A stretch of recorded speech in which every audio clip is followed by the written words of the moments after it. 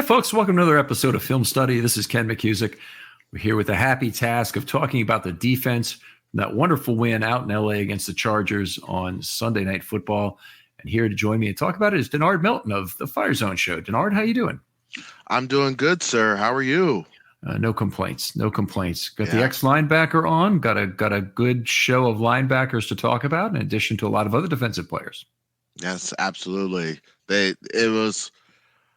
It was an interesting watch. I will say that it was not all bad, but it definitely wasn't all great.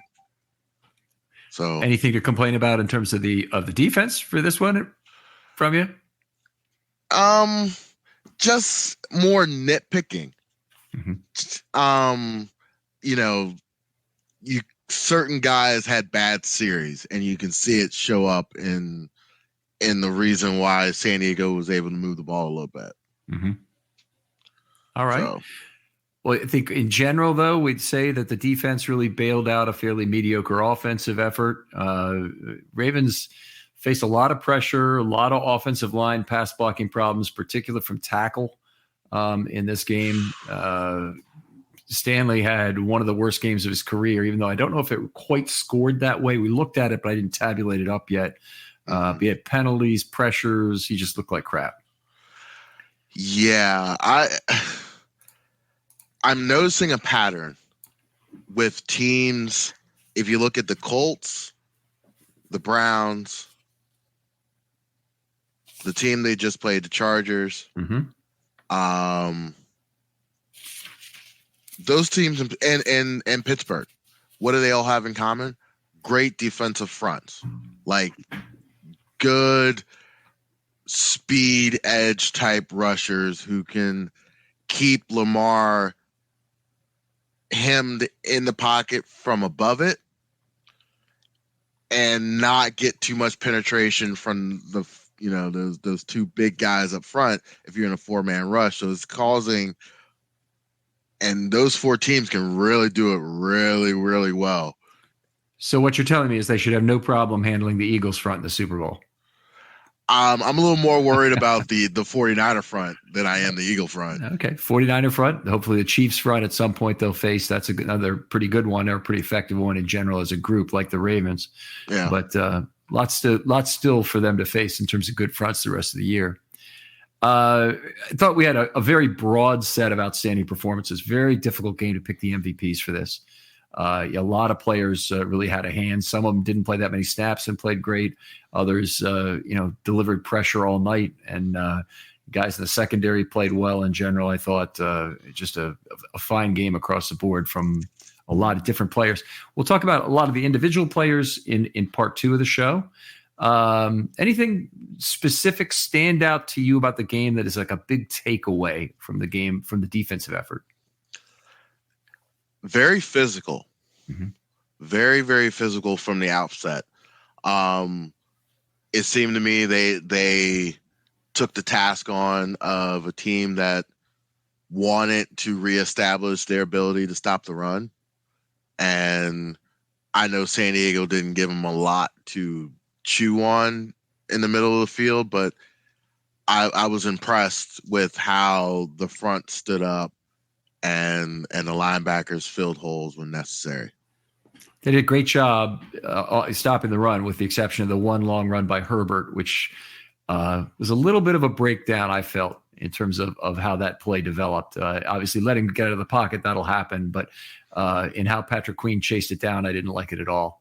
So we can talk a little bit about that. But there's kind of a half speed and a bad angle going on at the same time, which both led to part of that. And then, of course, he's the one who has to really turn on the jets and make the tackle.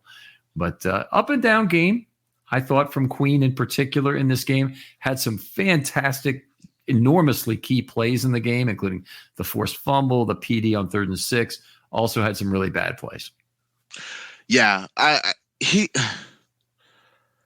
I think, and as a former defensive player, I kind of knew after I think it was 18 or 20 play drive, the defense was spent. I was shocked that they were able to get the stop on basically the last drive for the defense before the offense, closed it out. But I wasn't surprised that drive after the 18 play drive was going to be a mess, and it was. And it was a secondary that was tired, and there were linebackers who wanted to react and just didn't have energy left at that particular time to do those things. All right, that's the play after the long drive. So they had their long drive. Clowney strips the ball.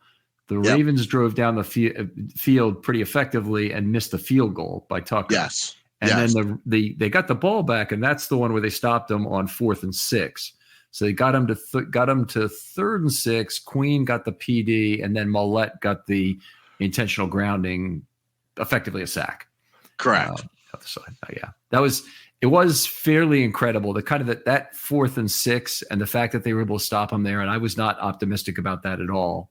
Starting field position was good because I think they had a good return on the kickoff, right? Or on the it was a punt. They had the good starting position from the missed field goal. That's what it was. Yes. Yep.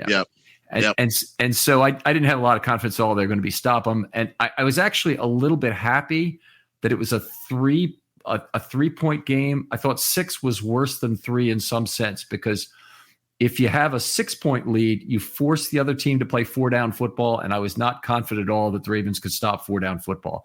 But if you leave it as a 3-play game, then the offense has to play 3-down football kind of when they get into field goal range. Yeah. And then they give you a chance to basically get out of there with a tie. And boy, that would have seemed pretty good. But I really wanted them to go for the 4th down rather than kick the field goal in that situation with Tucker. Even though it was a pretty good chance to make the points, I just didn't think it was the right play for trying to win the game. Then, of course, he missed it. Yeah. Whew. That's a lot of things to clean up and that's another thing that special teams is a little nerve-wracking, a little more nerve-wracking than it has been in recent years. So I'm curious if some self-scouting will fix some problems. They're remarkably technical about how they look at kicking mechanics. And that's why everybody else takes the Ravens kickers and whatnot is Randy Brown's very good at that. And remember when Stout first came in, there's a whole bunch of go cam stuff that they were looking at, how he was holding the ball and whatnot. And it didn't look like to me it was the hold, and I couldn't necessarily tell from either TV angle. There's no way you'd tell it from all 22, but I couldn't tell from either TV angle whether or not he actually slipped. There's definitely rubber coming up, but I think rubber kind of always comes up when you plant hard on that kind of turf. He might have lost a little bit of ground there. I remember when he kicked at the soccer stadium in 2018, he missed 2 field goals. Both of them were fairly long, 48, 49 plus, maybe one in the 50s. But he had made all his kicks that weren't blocked under 57 yards for 106 in a row, I want to say, at that point. Yeah. So I think I saw he may have mentioned it on X that he didn't take a breath before he kicked that one. And I went back and watched it, and you see his normal routine when he gets to the top of his get ready to kick, right before the snapper snaps and the holder, basically calls for it. He takes a deep breath and then he goes. He didn't do it on the 44-yard field goal. He rocks back and then he goes. And I think he mentioned it on X. He's like, he knew it himself. He's like, I've never not reset myself at the top. He's like, I got lazy or something along those lines. I got nervous. Yeah, that's sniper talk. That's, shooting between the heartbeats, kind of stabilize the rifle thing. Yeah. All right. We had some really oddball officiating in this game. Obviously, there were some questionable spots.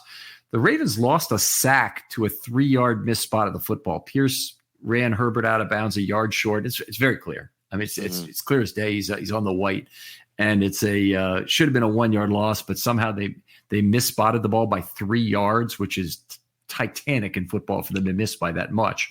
Yeah. And an S-1 became a run for 2. And, obviously Pierce loses a sack on that one.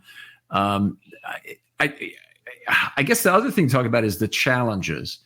So they had, let's see, there was a challenge that could have occurred on a run by Jackson where they came up just short.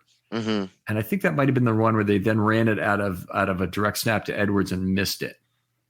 Not 100% sure, but anyway, that one could have been challenged, but it was bringing up fourth and very short, and they didn't.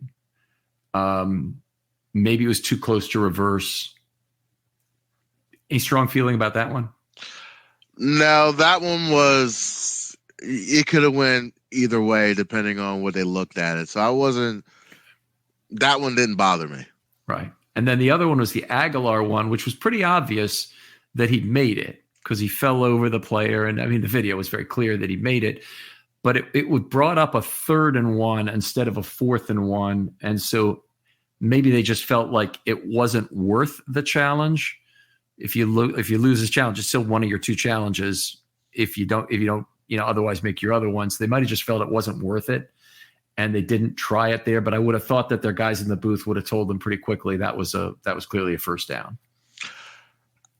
I'm not so much mad about them not challenging that. What I'm mad about is, I don't know if it was literally the next series, but Zay Flowers, they say he got touched and they re-spotted the ball 4 yards deeper. Yeah, he did. Yeah.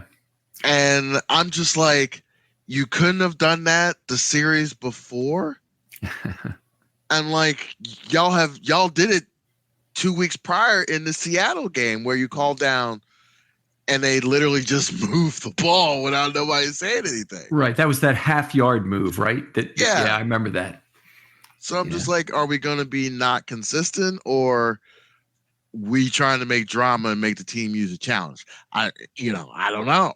It just seems kind of odd if we're going to respot the quarterback one and then not do that one and then turn around and respot a very, I don't even know if he was touched or his knee was down with Zay Flowers on that one, and we respotted that one. So it was just interesting all night. Yeah, really. Then of course they did challenge the play, which looked like the most lateral of laterals ever, like directly lateral, right along the 42-yard line or whatever it was, on the lateral that converted 3rd and 17. So big play. Yep. And obviously, if they get an illegal forward pass there, it's a loss of down. They're going to have to punt the ball. So it was a high leverage challenge there. And so Harbaugh said that's the reason he did it. He thought it was close enough that it might get reversed. Of course, close enough usually means it's not going to get reversed. But I don't have a problem with that challenge. I didn't have a problem with passing up the Aguilar challenge. I think the Lamar challenge, the first one, was the one, if any, that you could really kind of complain about and say, I don't think that's the right call. And maybe they didn't have enough information by the time they had to make the call on the lateral. So they had to kind of go with what they thought they saw on the field and go with it. But it turned out to be fairly compelling on review that it was a straight lateral and nothing they could reverse. Yeah. So I think particularly on the lateral, I think it was in a game earlier this year that they made the change that even though the ball went backwards, the runner caught the ball in front of where the lateral had taken place. So technically that is a forward pass. So I think that's what they were thinking was, because if you look at the replay, he laterals, I think, at the 42, and the guy catches it at like the 42 and a half. So it was like, it's where he first touches it It's not where he actually like collects the football or Right. gains possession. So to me, it looked like 42 and 42. It looked like it was right on the line. But Yeah. anyway, the previous play, and this is why I kind of like challenging those plays if you don't have time to see the video, is there's a physics thing going on. When he laterals that football and he's moving forward himself, the ball is also moving forward at the speed at which he's moving forward. So you've got a little bit of advantage in that respect that you might be able to get. And it didn't work out this time, but I didn't really have it. Honestly, I thought that the set of challenges was pretty good. And if I was going to complain about it, one would be the Lamar run that was just out of bounds. So totally. Anyway, what it was, what else we want to talk about here? Let's move on to some other general thoughts from the game. I'm continue to be very impressed with Hamilton as a player in terms of him moving all over. And he's basically playing slot for most of the plays, which is most of the plays they're in big nickel now, and he's slot corner. How do you look at him in terms of you get an extra linebacker on the field kind of at slot corner when you do that? I look at him as the X factor. You can put him if you want to shut down something that they have involved in their game, which was they want to get out in space. Mm-hmm. He's going to defeat that one-on-one blocker 95% of the time. Yeah. And he has proved week in and week out that you can't attack him out there. You can't run screens out there. You can't run wide. And if teams decide they want to get pass happy, you just drop them in half safety and no one throws over the top. So it's just like pick your poison on what you need.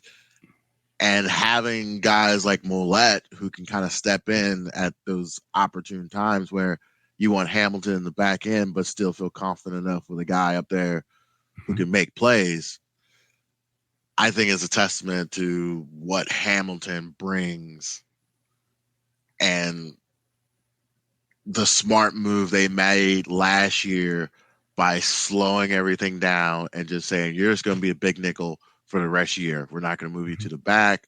We're not going to do anything. We're going to settle you down and make you play football. And it's been the best thing that they did.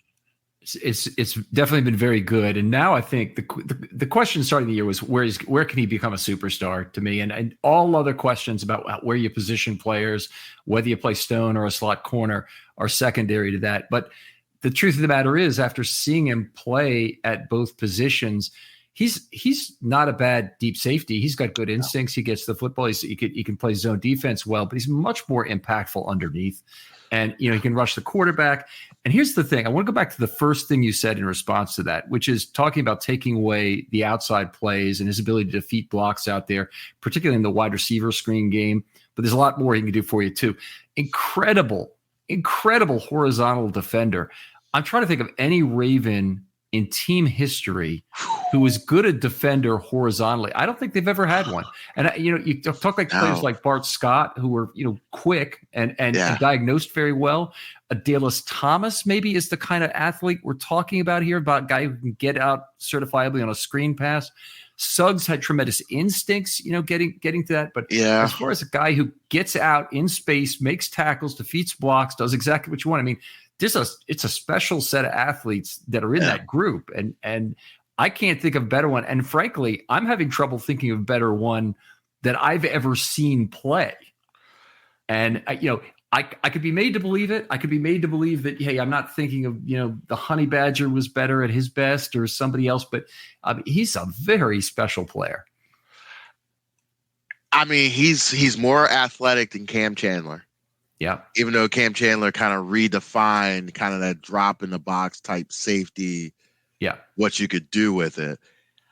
But athletically wise, I don't see it was what Isaiah Simmons should have been if he was used correctly.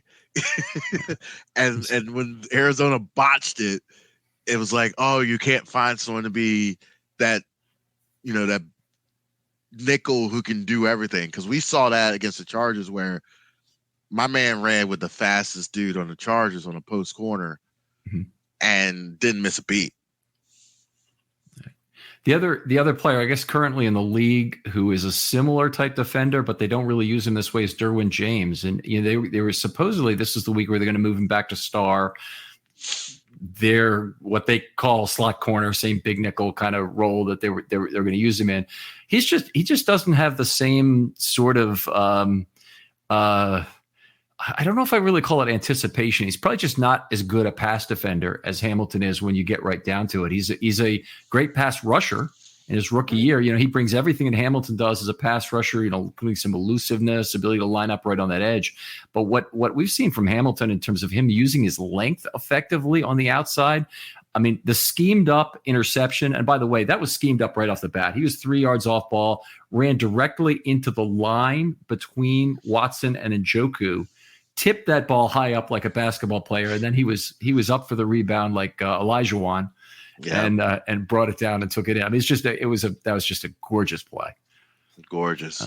It's amazing when you can have a guy like that, and as a defensive coordinator, you're like, what can I do with him to piss someone off today? There you go. And you just thinking all week, what can I? Yes, this is what I get. Kyle, can you come here for a second? This is how we're gonna, and to have that, and then have a Marcus Williams behind him, even at 85%, 90%, is. What'd you think about Marcus in this game? Because I thought he looked pretty well close to full. I didn't see any problems with tackling. I didn't see him go in with his shoulder on plays. Each and every week, he's gotten better. Last week, after he got back from the hamstring, he looked a heck of a lot better prior to, when he came back the first time.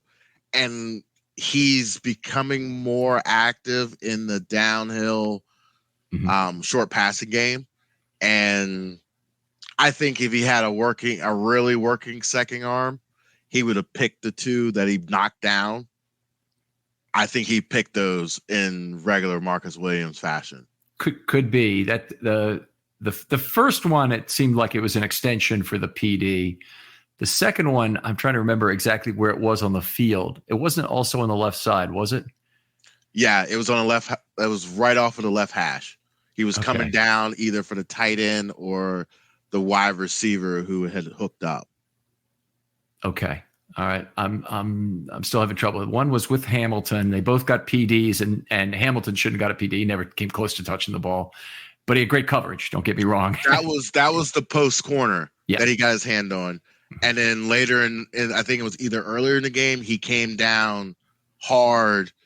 Might have even been the first drive of the game where he came down hard and he broke up with his left hand, where I felt like if he had his right hand usage, he would have brought that to the party and gotten to it.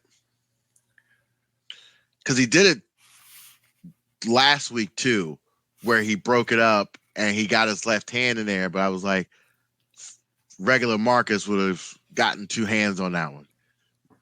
I would really, the Ravens could really dearly use Marcus Williams, the ball hawk, back on the back end, but it would if we're getting kind of greedy with that, I'd rather have, Jonathan Ogden, the left tackle, than I would, at this point. Maybe Walt Williams. Walt Williams at right tackle. I'm actually okay with Moses right now. I mean, he didn't have the greatest game, but he's had a pretty good season, and it's Stanley is the problem right now. It just have got to figure it out. Hopefully, this 2 weeks off will help him. Yeah, he needs or change is gonna have to. You're gonna have to do something different. It's Jeff Z called for it. In a Twitter thing today, he said, maybe they need to consider McCary, or I forget exactly how he worded it. They might have to consider McCary. McCary is not a much above a replacement level player. He's kind of a slightly below average option at left tackle. He's had some really bad games this year, but he's had also an A game at right tackle. Actually, an A+. It's the only A+ by a Ravens lineman as I've scored it the entire year. And he's certainly been a bouncy in terms of his where his performance has been, but he's way outscored Stanley on the year. He's outscored him by a mile, and it's hard for me to really say, you shouldn't make that move at this point. And I'm afraid we're seeing the last few games of Ronnie Stanley as a Raven right now. Hopefully it's another 9 games, but yeah. I think these may be the last 9. I wouldn't be surprised if that's a sneaky first or second round pick. Wouldn't be sneaky. Yeah. I mean, because everybody's going to be focused on, a lot of the guys who are leaving on defense, particularly Queen, possibly Justin. You're going to lose some safety. You're going to have to make decisions on Clowney and Noy. And then are you picking up Bateman's 5th-year option? Are you there's a whole host of questions. Yeah. So it's going to be interesting.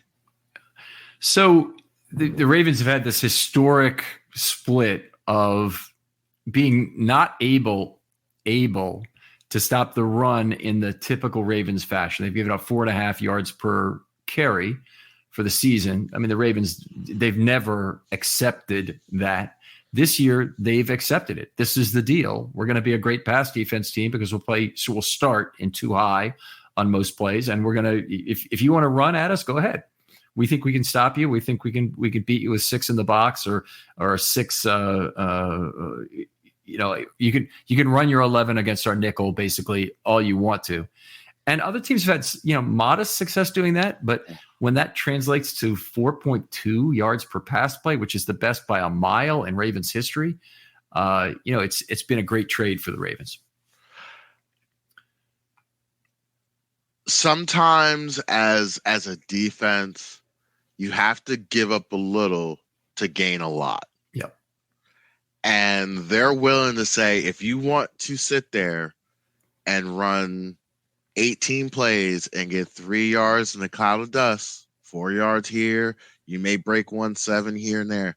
But if you're patient enough to do that and score a touchdown, that's a different ball game. You get inside of 25 with the Ravens. Mm-hmm. It's okay. After that point, you're going to see what happens. So I think they have played to their strength early on in the season until their pass rush caught up.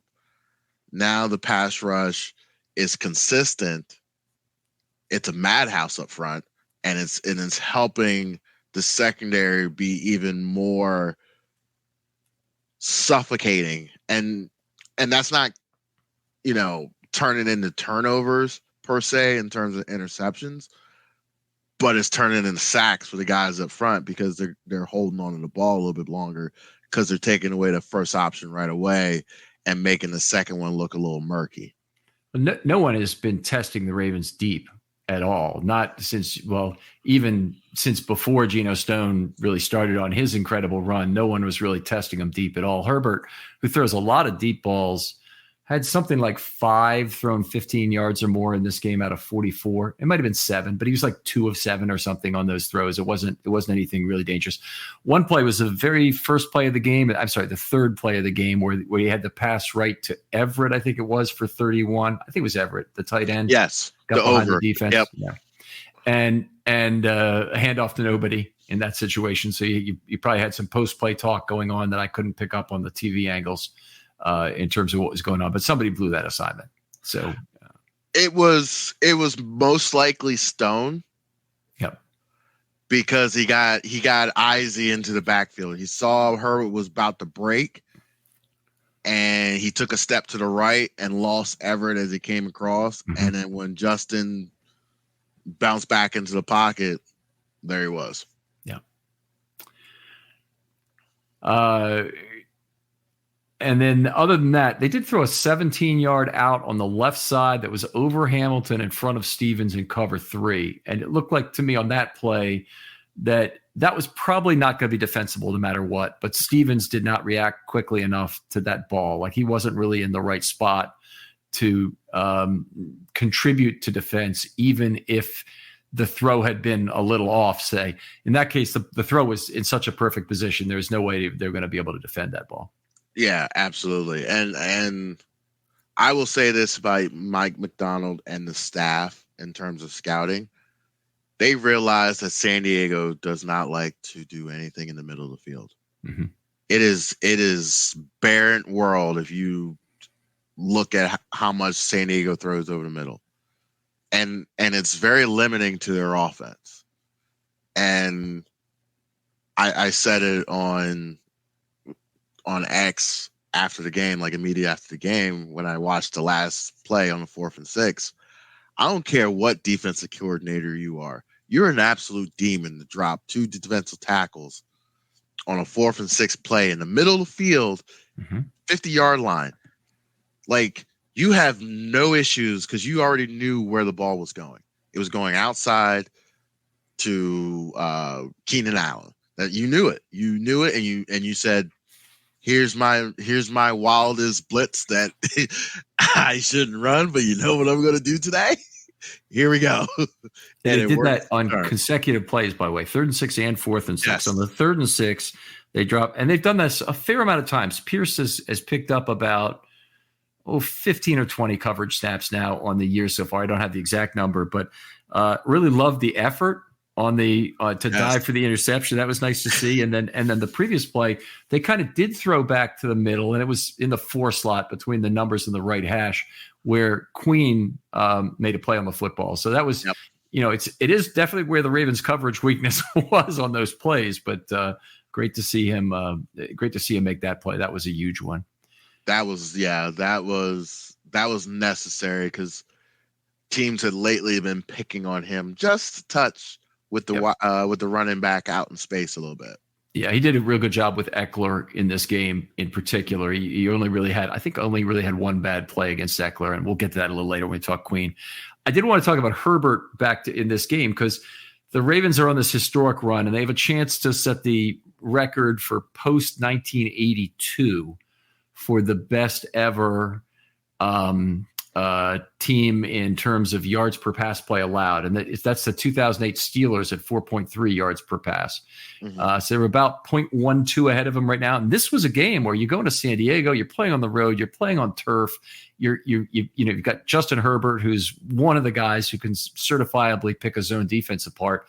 You would figure that this would be a place where they might have a chance to do it, but they're right on him. Scheme was great. They were in position. They gave him fits with pressure. They gave him fits with eyes in the backfield. Keenan Allen was the only guy he trusted, and he completed the first 14 passes to him in this game that he threw to them, and then the incomplete on the last 2. But even that, I mean, it was dink and dunk stuff to Allen for most of the game as well.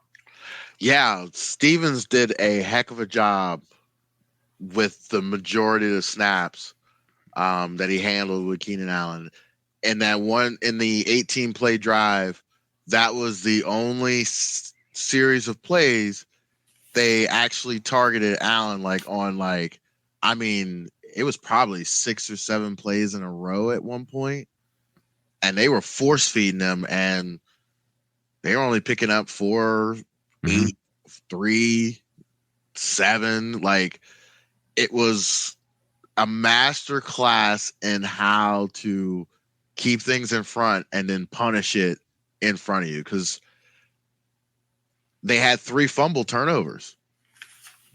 Like, that's when you know you're hitting hard as a defense, is when you get... Aaron Rodgers' season is officially over, but yours has just begun at MyBookie.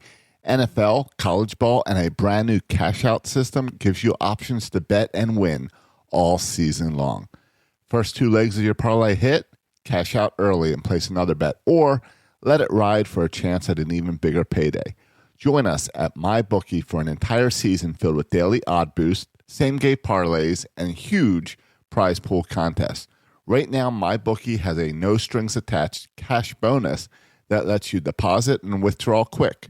Use the promo code RAVENS on your first deposit of $50 or more, and you can receive up to $200 in cash instantly credited to your MyBookie account. That's promo code RAVENS to claim your cash bonus now.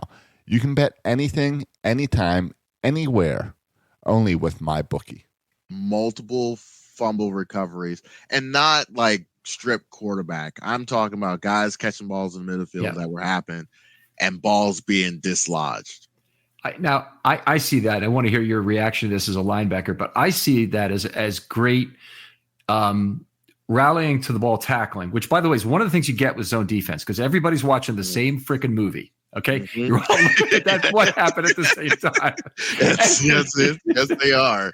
And when one man gets the ball, Roquan Smith actually got the primary tackle on the one where he got the strip fumble, but that's because he got the fumble. He got the primary tackle. Clowney was actually there first, and that allowed Smith to pry the hand loose from, I think it was Allen on that play and drop the ball. It might have been Eckler, but whichever. I know it's one of each. Yeah. But it was a great play by Smith on that. But it was a great play by Clowney dropping to coverage, getting there quickly, being able to identify what was going on. And obviously it's the best possible situation for him in that they were actually kind of targeting him on the play. And then he wraps up, of course, and Smith has a chance. But it is one of the real benefits of zone defense. And the Ravens hadn't been doing very well in this because it had 7 forced fumbles on the year, which is way too low for their sack total for starters, but also for this rallying to the ball motion. And then this game, they went 3 for 3 in getting fumbles recovered on fumbles forced. Before it was 2 for 7, which was the worst rate in the entire league. Yeah. First thing is first. Clowney actually opened wrong and was athletic enough to flip his hips, see the guy, and still make it. A 5'10" guy would have issues doing that. 6'6" guy making wheel turns on the hash, I'd be scared. But when zone defenses are built for, like you said, just rallying to the football and everyone seeing the same movie at the same time. And sometimes it takes a while for turnovers to show up. And when we always say on defense, when turnovers happen and they happen in a certain way, they come in bunches. And you're starting to get the feel that the weather's getting a little bit colder. The zones are getting a little bit tighter. Football's getting a little more slick. All that preparation, all that work all year long about running to football, having 2 or 3 guys, it's going to start paying off because now guys are going to get hit by 2 guys and that ball's going to be just a little more slick. And it's going to, no fault of them not carrying it properly, but sometimes that ball cold is slick. Yep, yeah, it's going to pop out. That's definitely a good point. Lots of bests for the Chargers in this game. I'm gonna put off talking about Zay Flowers a little bit until the offensive pod. To me, I just got things to say about it. I want to use this time better with you. What you say about this, but there were lots of bests in this game. The first TD-less game that the Chargers had in 48 games. The fewest points they'd scored this season. They'd scored 10 in this game, obviously to 17 twice previously between Dallas and Kansas City. Third lowest quarterback rating, the third fewest passing yards, and the second lowest yards per pass.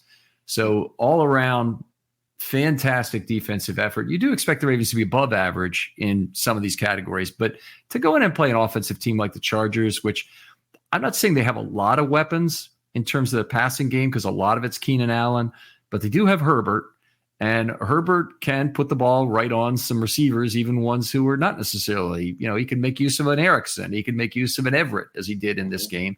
And, they held him to 4.1 yards per pass, which is just freaking terrific. What the Ravens are proving, if you're unwilling to attack them down the seams with aggressive route combinations, you're not going to be able to move the football.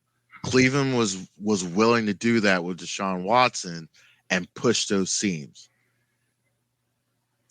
I haven't seen another team willing to do it. Yeah.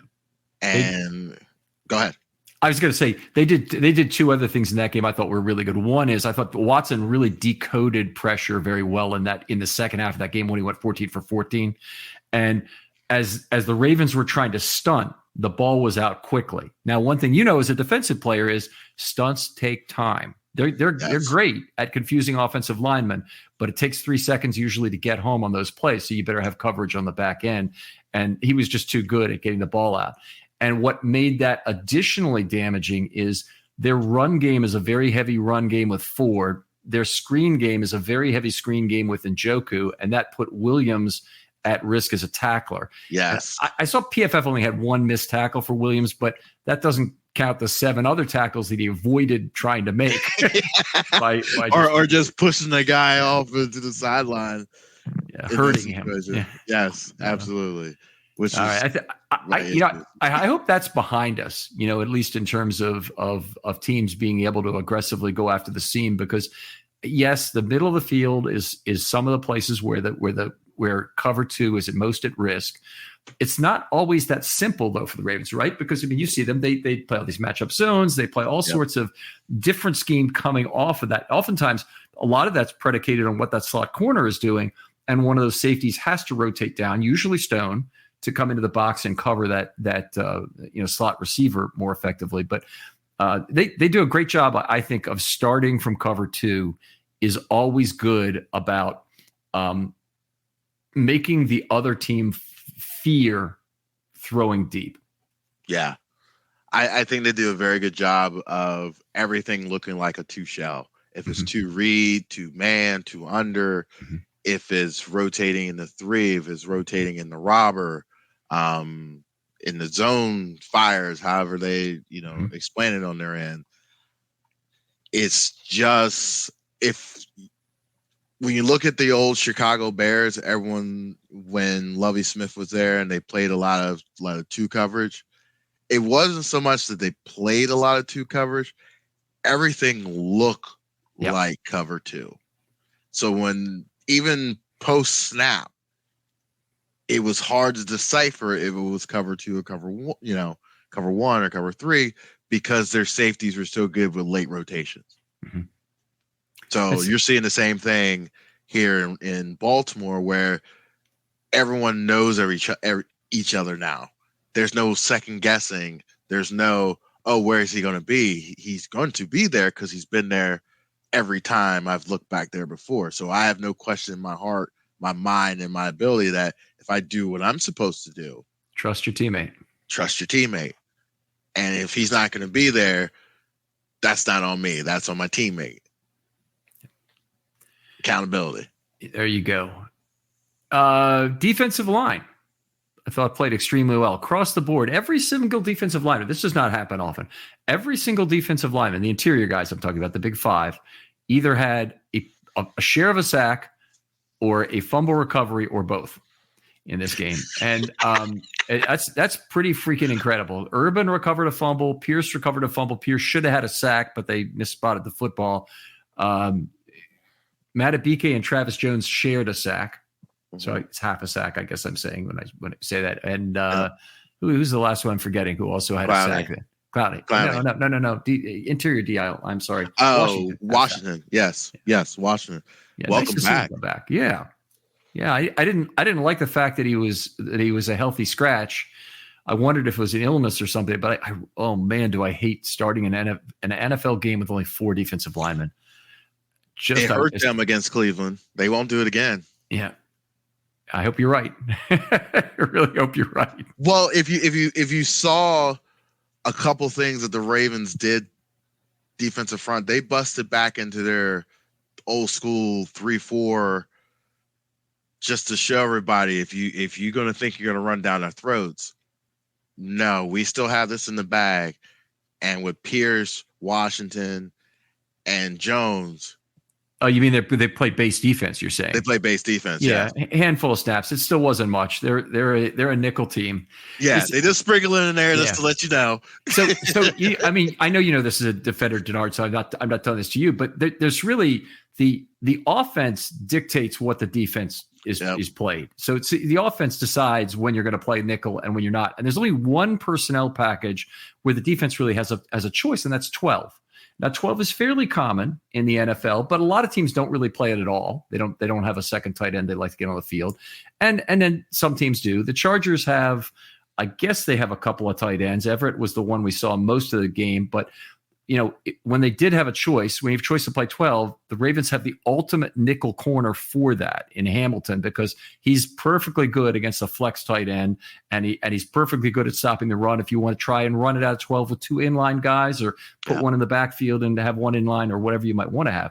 But it's the one choice package that they really show. And the Ravens have said, you know what, screw it, we're playing nickel every down pretty much at this point. And they're now at 83.3% nickel on the year. So, and you look back to, just to provide some context on that, base defense in 2019, they ran 10.2% base defense. I'm doing these numbers from memory, so it's been a while. And they ran 42 and change of dime or quarter personnel. It was almost all dime that they ran. This year, they've had 5 total dime snaps, 5 the whole year. The last one was at the end of the first half when Mollett had the interception. And they've run, 83 and a third percent nickel basically, and the rest is a mix of base, a couple of snaps with 3, and 1 snap with 1 defensive back at the goal line. I mean, if you think about it, it's a flashback to the old, not old, but the Legion of Doom, when it just sat 5 guys of the same caliber with 2 linebackers and said, we're running, trying to beat it. Yep. And it's like when the Steelers had that run where they just played literally 12 defensive players, 95% of the snaps. Like, no, this is our best 11, 12 guys. Like, beat them if you can, and we're going to run them into the ground otherwise. Yeah. It's very, very hard. I mean, you mentioned the 3 yards of the cloud of dust, but it's very hard to manufacture a 16, 18 play drive without something going wrong. And even in this game, look, even the 18, 20 play drive, including penalties, ended up with a sack fumble that went empty. So pretty nice. And a hook and lateral on a 3rd and 17. And took that to extend it. Yeah. Yeah. That's good stuff. All right, let's see. Let's move on a little bit here. I think we talked a little bit about packages there. Let's see. Talk about the dime. Oh, one package they brought back in this game was the rush nickel. Now, the Ravens had almost played none this whole year, but they had 2 snaps of it where they put in a 3rd outside linebacker. I thought it was interesting, and if they could get a 4th outside linebacker back, they could go back to some of these kick inside plays. The funny thing is, Pierce has been so effective as a pass rusher this year with Matabike on the inside. I almost wonder if that would provide him more. But if the guy was Bowser, you'd have some pass rush flexibility you'd gain out of it. Yeah, I think that's probably why we haven't seen a lot of that package, because you didn't see a lot of Robinson in this game. No. So, they're starting to hone in on who's going to be the snaps going into December. So they're probably thinking about that package a little bit more. They wanted to see a couple snaps on film before they went into the break. And the Chargers is a good team to run that against them, because you're going to get 4 wide receivers a ton of times and to give them a different look. So you want something a little bit different, because you're going to see a Mahomes at some point where you want to give him a different look. You're not always giving him a 4-man, down look to just kind of pick you apart. So that was one of the plays that Queen was the outside guy and got blocked on a sweep. And it just can't happen. The Ravens still have some trouble getting off blocks at linebacker. Roquan is good. Queen is still not very good at it. He has to use his quickness to evade blocks. It seems like he's just not very good. Once they get stuck, they are pretty sticky in terms of sticking. He's not very violent with his hands once he makes contact. Roquan's good with it because he understands that you got to be physical to point of attack. Queen will be physical when he can be physical first, not second. And that's kind of what you want your will to be, because he's going to be doing a lot of the run throughs. He's going to be dipping into things to make the big home run plays. You don't want your will linebacker being a thud guy, because then you just basically turn your life back into a 4-3. Well, you definitely don't want to have your will guy be a slow guy.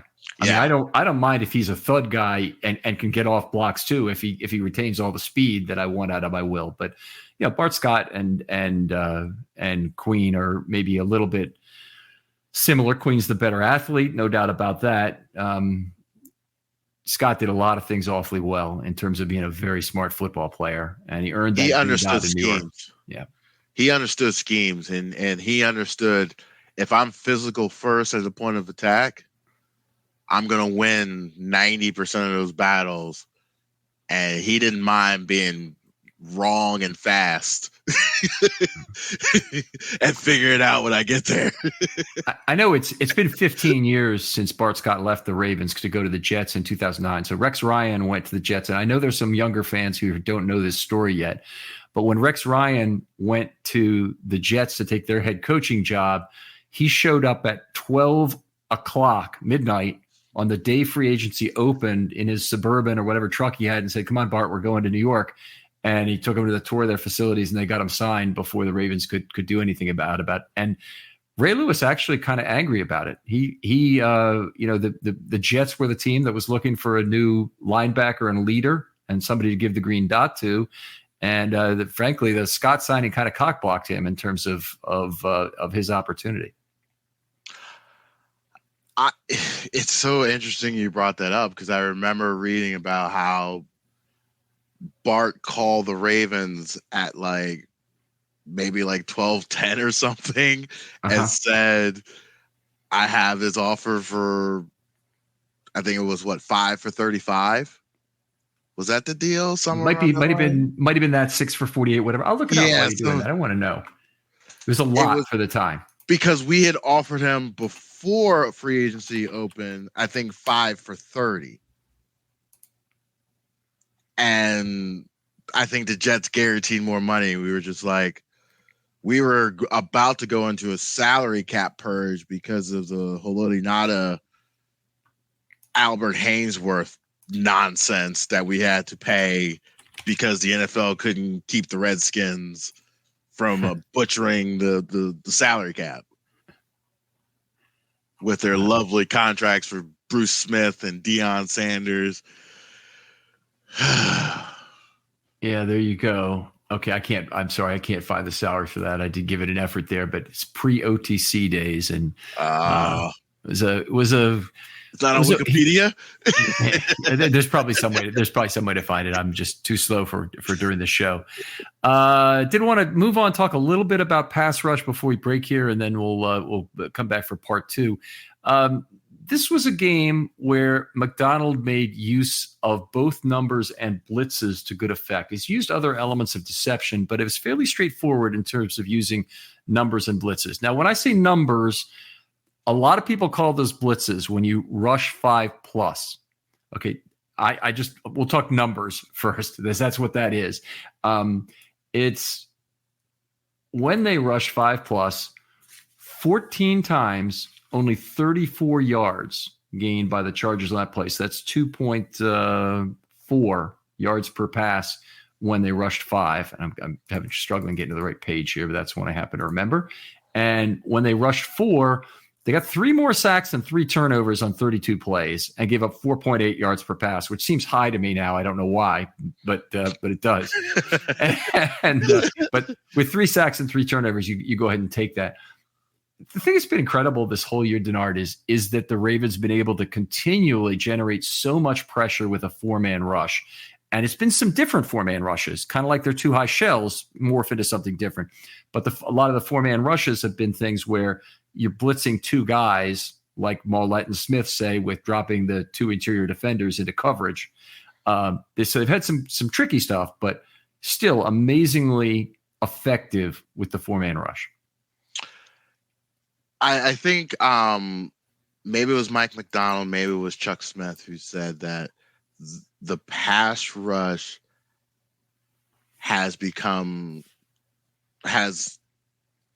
they're not individuals. It is a team pass rush. And if you need to see a difference, go watch San Francisco about a month ago when they were struggling. A lot of individuals, a lot of guys getting too far up the field, a lot of guys not willing to pinch and pull, do games and things along that sort. This whole front, everybody was going to get paid. So they all basically said, listen, we all help each other. We all going to get where we need to get. And you have some guys who understand helping a friend helps yourself. And the games and I don't think people understand when you watch certain games as even a casual observer, some pass rushes look different. I mean, you can watch Cleveland, and Cleveland's is not as ferocious, but it's destructive because of Myles Garrett. Mm-hmm. Now you watch Baltimore's, it's frenetic, it's ferocious. Their bodies flying everywhere. There's not really a clean lane for a quarterback to step into because there's always someone moving. There's a guy's arm in the way. There's just all-out battles going on up front, and it's not a lot of quiet battles. It's guys getting really like a bull in a china shop type deal. Like, make some noise in there and be aggressive in there, but also understand what the game plan is going in. I think there's two things I want to pick up on from what you said, because I agree with what you're saying there. A lot of the frenetic interior, in particular, of the Ravens pass rush is stunt-based. They do a lot of stunting. It creates some slower pressures, as I mentioned earlier, but setting picks is one of the – it's sometimes thought of as a sacrifice. I actually think the underplayer, the pick setter, often gets the pass rush opportunity when the second guy's peeled off. But the way they have done that definitely creates – it morphs the pocket more. The other thing that has driven this Ravens pass rush like nothing else is the high motor on everybody. I mean, Clowney plays with an amazing motor. He gets first pressures with it, but he gets cleanup with it too. Matabike is a pure cleanup guy. I mean, his total pressure total would not support the sack total he has under normal circumstances. His ratio of pressures to sacks is much lower than typical players because he's such a good vacuum cleaner in terms of picking up quarterbacks who are loose change in the pocket after somebody else has pressured them. Van Noy has a good initial move. He's had some cleanup ability too. Owe, tremendous power and speed of power. And we saw Eurostep in this game that was really nice because I hadn't seen that from him, but wonderful, two-way move. It's everybody has got something they do very well, but everybody's got a high motor. And there's good first pressures. There's good finishes. I'm just loving every bit about this. There's something different up there for everything. You've got Clowney, who is the strength, the power guy. You've got Van Noy, who's a little more finesse with his spin moves and a little more of a cagey vet. You've got Owe, who is now turned into this almost monster speed rush from speed to power, kind of in the old Terrell Suggs kind of set you up a little bit, and then all of a sudden he's just in your chest making moves. You've got Justin, who is just a speed demon, and then you've got the two bushwhackers in Jones and Washington, and then you have your lovable teddy bear and Happy Feet, Michael Pierce, who has probably the best feet for a big guy I've seen in a long time. It is. He's very good with his feet and very underrated in that way because, if you see him running, and we saw him chasing Justin Herbert with a certain amount of futility on that run to the right, where he should have gotten a sack anyway, but it was really Herbert running out more to avoid. I don't know if it's Roquan or Queen, but it was another defender coming over to the sideline. It was a few yards ahead of him. But Pierce has terrific feet in that short area, and he needs that to reestablish his leverage step after step. He's a great pad level guy. You start with that, and he reestablishes that leverage step after step, and that's what you need. You need those choppy steps and violent hands, and he's extremely good with those. Absolutely. I enjoy watching him, and if the Ravens are looking to make sure they're good going into the playoffs, I would make sure that they had a nice vet waiting in the wings, just in case, to protect yourself against a late season injury with Pierce or on the something DL, like that. Yeah. And Ndamukong Suh, does he fit the bill for you? Yes. You want somebody a little younger? Yeah. Okay. No, he'd be a good fit for a nice 8-9 game run. That's all they got left at this point. Yeah. So he's going to give you old man strength at 37, and his ferocity in his pass rush would add a dimension to rotate in that I think would be even more helpful. Would you? I mean, if you sign him and guarantee him any money, you almost have to bring him on the active roster immediately. He's a vet min guy. I mean, there won't be any question about that at this point. So the only question is, should he sign to a practice squad? And you take then the risk that all the other 31 teams who might need the interior defender at any point because of an injury might snap him up like that? Or do you just go ahead and bite the bullet, make the move, carry 6 defensive linemen, which I personally think they can afford to do? Yes. And drop a safety or a corner. I guess I'm not even sure who it would be at this point that they would cut. I guess if I really thought about it, I'd be able to figure it out. But I don't think maybe cut Moster, the center, and bring him back on the practice squad. Mustafer. I got you. Yes. Okay. Yeah. Yes. That'd be interesting. Yeah, I mean, that's a much less of a risk than it was early in the year. That's not a bad idea. I mean, I was almost thinking Salah, because he's just not ready to play at this point, but somebody else might pick him up as a project since he's got his 4-year initial deal. Mustafer's in year 5. No, he's not. He's in year 4, but somehow he's cut as a vested veteran. I never understood how that happened. I asked questions and I never got an answer I was happy with, but he should have been somebody who had to go through the waiver process, and he didn't at the end of camp.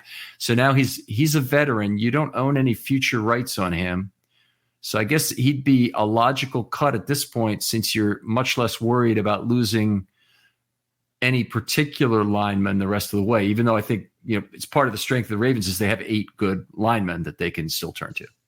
Yeah. And having Bakary, who can step in on a meet, as a backup center for, filling for the rest of the game or a game or two, kind of helps that a little bit. Yeah. You could get Mustafer back in that period of time if he was on your practice squad. If he's grabbed by somebody else, then you got to go to the street and find a center, because I think you're going to need McCary to stay as your backup tackle. I don't think you can afford to actually have him at center for any games. Yeah. I mean, you're playing with fire, but I think that is a risk that needs to be taken, because that is my only concern going down the stretch. If one of those big 3 go down, Jones, Pierce, and Washington, if one of those 3 go down, I'm not as confident in us being able to hold up defensively. Yeah, nose tackle is a fairly good longevity position in the NFL, and it is a position where there are a fair number of guys on the street. But if you want somebody impactful, it becomes harder and harder and harder as December rolls on. Injuries, and you're going to have to respond to a couple of these teams that are going to get Shaq. One's going to get Shaq Leonard. Mm-hmm. Maybe the Eagles, maybe the Cowboys. I'm sure there's a couple other guys I think got cut. Possibly a Marcus Peters is out there. If you just want some backup just in case, he knows the system, he's been around the team. There's some moves that you can do to solidify some things, and it's about that time to reevaluate. So who knows? Yeah, definitely all a possibility. I want to go back to pass rush now for a couple things. We'll finish this up and hopefully move on to the next show here. Mentioned 3 sacks and 32 4-man rushes, but off-ball blitzes, this was really great. They had 15 off-ball blitzes spread over 13 plays. They had 2 doubles and 11 singles. 0.32 per play is more than double what they've been doing recently. So that was good. Here's the key number here. In those 13 plays, they averaged only 1.1 yards per play when they blitzed. That's not when they got pressure. That's when they blitzed it all from off ball. And one of those was that intentional grounding where the penalty yardage is not included in there, but if it had been taken off, it would have been down to only 4 yards on 13 plays. That would be 0.3 yards per play. So incredibly effective blitzing. The Chargers did not have a single play over 5 yards when the Ravens blitzed in this game. So very effective doing that. I don't really have anything else to say about the pass rush, but I did want to get that in there. Only a 38% pressure rate for the game, which is actually a little bit lower than what the Ravens have been averaging. They've been probably averaging in the low 40s or even 43, 44% so far. So this game was a little low, but still very effective. Yeah, Chargers had a lot of 3-step. So I'm not surprised that number might be a little skewed because they ran an inordinate amount of screens in the second half. So they actually had the exact same percentage. It was obviously the exact same number of plays, but they had 18 pressured and 18 ball out quicks, which are a lot of them are screens or swing passes to a running back or something that develops very quickly. The other one that's fairly common in this game was the slants to Allen. So they had a fair number of those. But yeah, you're right on the money in terms of that's exactly the reason why that number was low in the game was that they had so many ball out quick. Yep.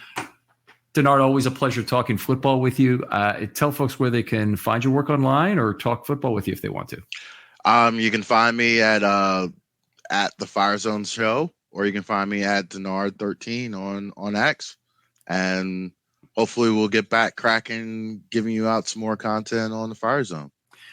Have you guys been going pretty regular so far this year? And that's still with Michael and who else? It's just Michael and myself. Some health issues have come up between the both of us, so hopefully after the bye we'll finish the season strong. All right. Well, good to hear. Michael's is one of the really good guys of covering Baltimore football around here. Extremely knowledgeable, and we always appreciate having you on the show too, Denard, as a guy we want to draw on your experience and whatnot playing the game. Other folks out there, if you'd like to be on a Film Study Short, hit me up. DMs are always open on X. Hit me up there, and I will respond to you very quickly. Had some good ideas coming today. People know this is a bye week. Great time to get some content produced over the course of about the next 12 days, and then release it either all before the next game or slowly over the rest of the season. But looking forward to talking to you if you have an idea. And the smaller the idea, the better in terms of creating a short content, and that's what this is really intended to do. Denard, thanks again for coming on. Thank you for having me. And we'll talk to you next time on Film Study.